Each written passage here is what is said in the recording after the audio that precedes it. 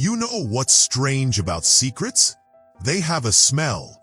Sharp, bitter, like copper pennies mixed with fear. I've been smelling it on Jack for months now, getting stronger each day. My name is Rex. I am a talking dog. I'm nearly blind now, but I see things humans miss. I see the way Jack's hands shake when he thinks no one's looking. I see how he watches little Timmy with eyes full of something. Love? Guilt? Terror? For 7 years, I thought I knew this family. Martha, the gentle mother. Timmy, the boy who calls Jack Dad, with pure trust. And Jack, the man who saved them both from a fire and became their everything. But tonight, sitting in my corner by the dying embers, I learned that sometimes the people we think we know best are carrying the heaviest secrets of all. What I'm about to tell you, it will change how you see fathers, how you see families, how you see the difference between the man who gives you life and the man who gives you love. Because sometimes, the truth isn't what destroys a family. Sometimes, it's what finally sets them free. The autumn wind howls around our farmhouse tonight, but inside, something else is stirring.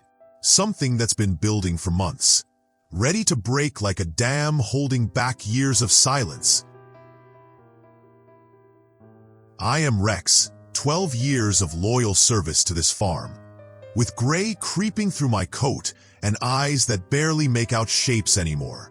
But what age has taken in sight, it's given back in wisdom. I notice things others don't. The subtle shift in breathing patterns, the way footsteps change when someone carries worry, the particular silence that comes before storms.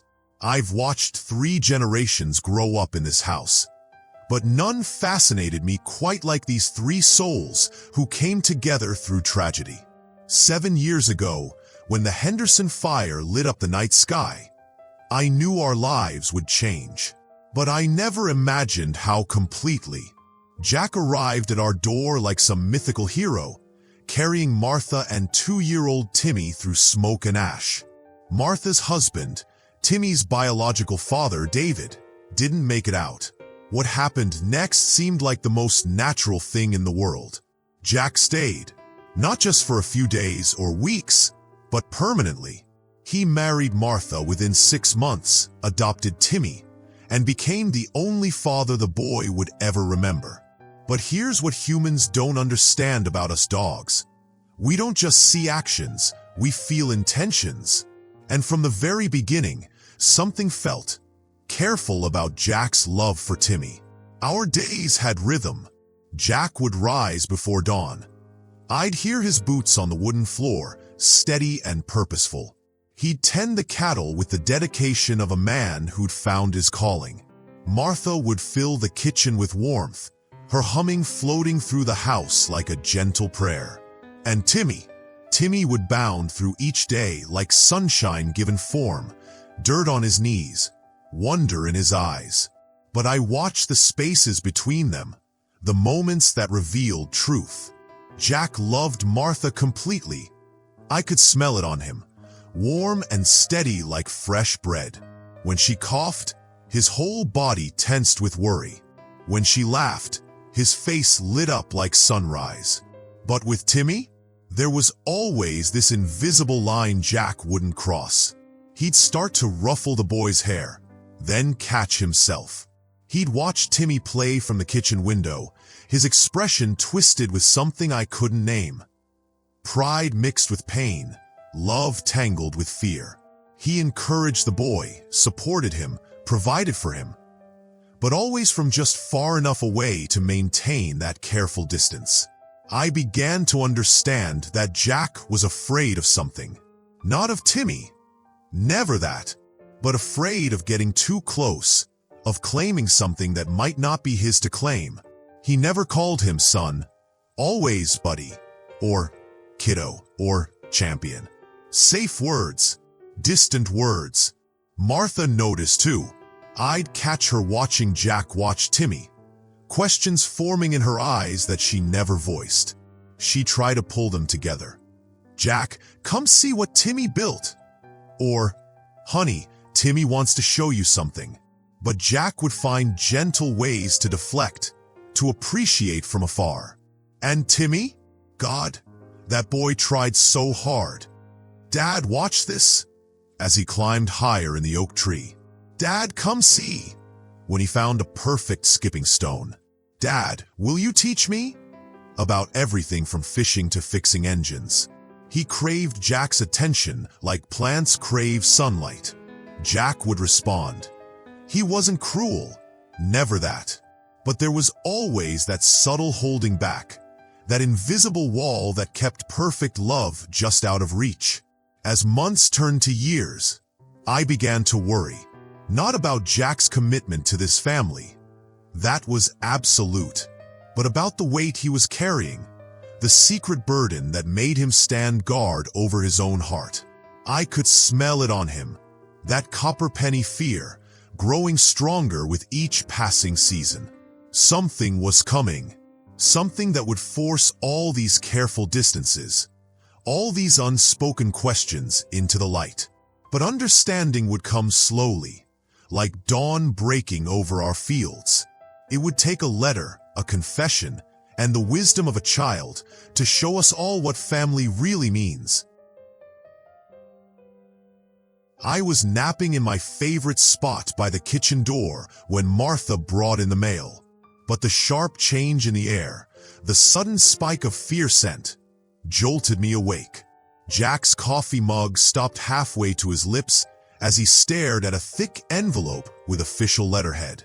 From my position, I could see his face go white, then gray, then something beyond pale. His hands actually trembled as he opened it. Now, I've seen Jack face down an angry bull, stitch up his own cuts without flinching, work 18-hour days during harvest without complaint. This was a man who didn't scare easily. But whatever was in that letter, it terrified him. "What is it?" Martha asked, her voice carrying that particular tone wives use when they sense danger to their nest. Jack folded the letter quickly, shoving it deep into his shirt pocket. "Nothing important, just business stuff?" But I could smell the lie on him, acrid and sharp. More than that, I could smell something else. Guilt so heavy it seemed to weigh down his shoulders, make his movements careful and measured like a man walking on ice. Over the following days, Jack transformed before our eyes. The steady, reliable rhythm of our life began to fracture. He'd sit at dinner pushing food around his plate, lost in thoughts that carved worry lines deeper into his face. He started avoiding Timmy entirely. Not harshly, but with the kind of careful choreography that broke my heart. I noticed everything. How Jack would find sudden urgent tasks whenever Timmy ran to greet him after school. The way he'd leave rooms when the boy entered. How he'd watch from windows as Timmy played alone in the yard, his expression tortured with longing and fear. The man was pulling away from the child he'd raised, and I couldn't understand why. That letter lived in Jack's pocket like a poison. Sometimes I'd catch him in the barn at midnight, standing among the hay bales with the paper crumpled in his fist, staring at nothing. The fear scent grew stronger each day, mixing with something else, desperation maybe, or grief. Martha tried everything. Gentle questions over breakfast, direct confrontations after dinner, late-night attempts at intimate conversation. But Jack had built walls around himself, walls that kept getting higher and thicker. "Jack Henderson," she finally said one evening, her voice carrying 7 years of marriage and absolute authority. "You're going to tell me what's in that letter, or so help me God." Jack's shoulders sagged like a man finally surrendering to inevitability. "It's about Timmy," he said quietly, not meeting her eyes. "About his real father." The silence that followed was so complete I could hear my own heartbeat. The grandfather clock ticking in the corner, the house settling around us like it was holding its breath. "What about him?" Martha whispered, and I heard the fear creeping into her voice now too. "His family," Jack said, still avoiding her gaze. "They want to meet him. They have legal rights, Martha." But even with my failing eyesight, I could see this wasn't the whole story. Jack's body language screamed that he was holding back, that there were layers to this truth he wasn't ready to reveal. The guilt scent was overwhelming now, mixed with shame and something that smelled like betrayal. After that conversation, Jack retreated even further into himself. He'd sit on the porch for hours, that letter beside him like a curse, staring at the horizon as if answers might appear in the clouds. When Timmy would try to join him, Jack would suddenly remember urgent chores that took him away from his adopted son's reaching hands. I watched one evening as Timmy drew a picture at the kitchen table, stick figures holding hands under a yellow sun. Our family, as he saw it. But when he proudly showed it to Jack, the man's face crumpled like paper in flames. "That's real nice, buddy," Jack managed, but his voice broke on the words, and he had to leave the room. Later, I found Timmy sitting on his bed, holding the drawing and crying silent tears that broke something inside my old chest. "Did I do something wrong, Rex?" he whispered to me, his small hand stroking my graying fur. "Why doesn't Dad want to be around me anymore? If I could have spoken, if I could have explained." But all I could do was press closer to his small, confused heart and offer the comfort of my presence. That night, listening to Jack pace the kitchen floor until dawn, I began to piece together the shape of this secret. It wasn't just about legal rights or distant relatives. It was about something much more fundamental, much more devastating. It was about identity, about truth, about the difference between the father who gave Timmy life and the father who had given him everything else. And as the days grew shorter and Jack's burden grew heavier, I knew we were approaching something that would either destroy this family or forge it into something stronger than blood, stronger than law, stronger than anything except pure, chosen love. Jack had been drinking since dinner. Not his usual beer with the evening news, but the hard stuff he kept hidden behind the flour sacks. Martha had taken Timmy to bed early, sensing the storm brewing in her husband's silence. The house settled into its nighttime quiet, but it was the kind of quiet that screams. I lay in my corner by the dying fire, watching Jack sink deeper into his chair, that letter open on his lap like a wound he kept picking at. Here's what humans don't understand about their emotions. They have texture, temperature, weight. Jack's pain was thick as fog, cold as winter earth, heavy enough to press down on everything in the room. Even the fire seemed to burn dimmer in the presence of his despair. "You know what the worst part is, Rex?" His voice was thick with whiskey and years of swallowed words. I lifted my head, ears forward, because I sensed this wasn't just drunk rambling. This was a dam about to burst. "I love that boy. God help me. I love him like he was my own flesh and blood. But he's not mine, Rex. He never was." The words hung in the air like smoke. In all my years of watching, listening, sensing the undercurrents of human emotion, I had suspected something like this. But hearing it spoken aloud felt like watching lightning strike, illuminating and terrifying all at once. What came next poured out of Jack like water through a broken dam. The real story of that night 7 years ago. How he and David had been friends since childhood. How David had been planning to leave Martha and Timmy for another woman in the next county. How the night of the fire, David had chosen to save his mistress first, leaving his own family behind. "I got there in time," Jack whispered, his voice breaking. "Pulled them both out while he was trying to get that other woman to safety. But the smoke got him first. And you know what his last words were to me, Rex? 'Don't tell them.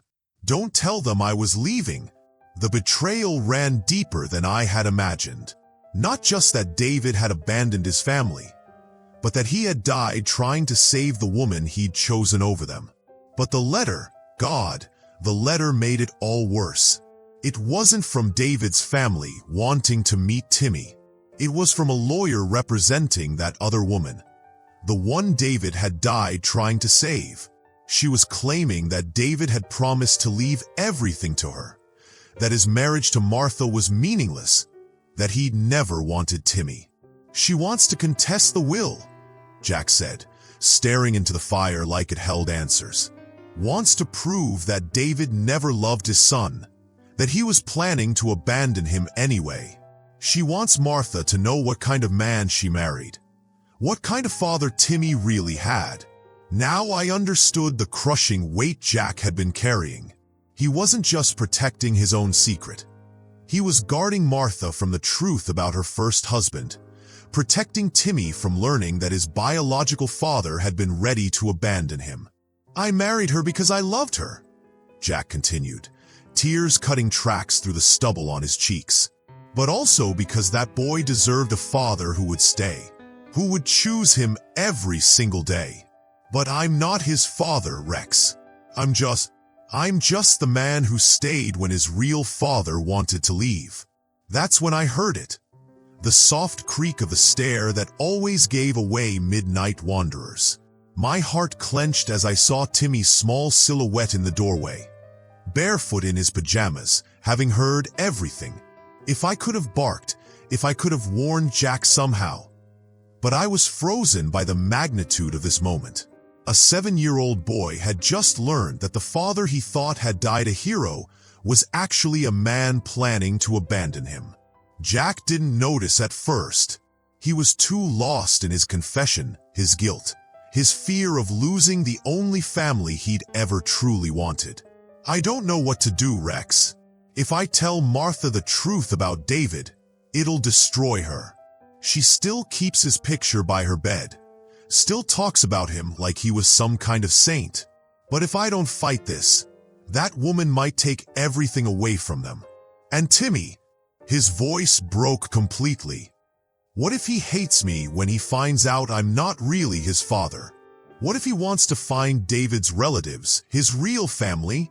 That's when Timmy stepped forward from the shadows. Dad?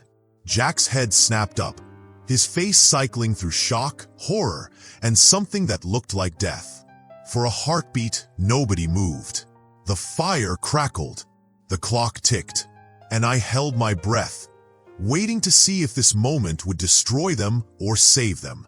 Then Timmy walked across the room with the steady certainty that only children possess when they know exactly what needs to happen. He climbed into Jack's lap, wrapped his small arms around the man's neck, and said the words that changed everything. You're my dad. You're the one who teaches me to fish and checks for monsters under my bed and fixes my bike when it breaks. That makes you my dad. What happened next was beautiful and terrible and perfect all at once. Jack broke. Not just tears, but something much deeper. The walls he'd built around his heart, the careful distance he'd maintained, the fear that had kept him from claiming the love that was already his. He held Timmy then, really held him, maybe for the first time ever. And through his sobs, words poured out. Apologies and promises and confessions of love that should have been spoken years ago. I don't care about the other dad, Timmy said with the simple clarity that cuts through adult complications like sunlight through fog. He's not here. You are. You're the one who loves me and Mom. That's what dads do. In that moment, sitting in my corner watching a man and boy who shared no blood choosing each other completely, I understood something profound about love.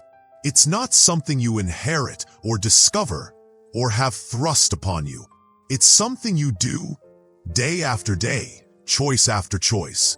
And as Martha appeared at the bottom of the stairs, having heard enough to understand everything, I knew that sometimes the truth doesn't destroy families. It finally allows them to become what they were always meant to be. You know what I've learned in my 12 years of watching humans love and lose and find each other again? They spend so much time looking for love in bloodlines and birth certificates, in genetics and legal documents. But love, real love, isn't about who gave you life. It's about who makes your life worth living. Martha came down those stairs with tears in her eyes and strength in her spine. She knelt beside Jack's chair, placed her hand on his shoulder, and said the words that healed 7 years of careful distance. David made his choice, Jack. He chose to leave us. You made yours. You chose to stay. That's the only truth that matters to me. What followed wasn't easy. The legal battle took months, with lawyers and documents and painful questions about David's intentions. But they faced it together. No more secrets, no more careful distances, no more walls built from fear and misplaced guilt. When the judge finally asked Timmy who his father was, the boy didn't hesitate for even a heartbeat. "That's my dad," he said, pointing to Jack with the absolute certainty that only comes from being loved completely. "He's the one who chooses me every day." The case was dismissed, not just because Jack had been Timmy's legal father for years, but because sometimes truth is simpler than law. Sometimes love is stronger than biology. Sometimes the family you choose is more real than the family you're born into. Now, when I lie in my corner by the fire, older, blinder, but somehow seeing more clearly than ever, I watch a different family than the one I thought I knew. Jack doesn't hesitate when Timmy calls, "Dad," anymore. He turns, smiles, and answers, "What is it, son?" with the pride of a man who has finally claimed what was always his. Martha hums while she cooks, but now Jack joins in sometimes, their voices mixing like they were always meant to harmonize. And Timmy? He bounds through each day secure in the knowledge that he is chosen, wanted, loved completely by the people who matter most. That letter still exists, tucked away in a drawer somewhere, but it's lost its power. It's just paper now, a relic of fears that no longer have meaning. What matters is what sits at our dinner table every night. A man who chose to be a father, a woman who chose to trust again, and a boy who chose to see love instead of genetics. I think about David sometimes, the man who was ready to abandon this beautiful life for something he thought would make him happier. I wonder if he ever realized what he was giving up. Not just a wife and child, but the chance to be part of something bigger than himself. Something that grows stronger through shared struggles and chosen commitment. The farm still creaks in the autumn wind. We still follow our rhythms, dawn chores, evening meals, bedtime stories. But now there's something different in the air. Not fear scent or guilt scent, or the sharp odor of secrets. Now there's just love. Warm, steady, chosen love that smells like home. Sometimes the most profound truths come from the simplest sources. A child's wisdom, a man's courage to love what isn't his by blood, but is completely his by choice. A woman's strength to build something new from the ashes of betrayal. And maybe, just maybe, an old dog's ability to see that family isn't about who gave you life. It's about who gives life meaning. Blood might make you related, but love makes you family. And in this old farmhouse, surrounded by fields that have seen generations come and go, love one. It always does, when we're brave enough to choose it. Tonight, as I settle into my corner for what might be one of my last springs, I listen to the sounds of a family at peace. Timmy's laughter from upstairs, Martha and Jack talking quietly over dishes, the grandfather clock marking time not with anxiety, but with contentment. This is what love sounds like when it finally finds its voice.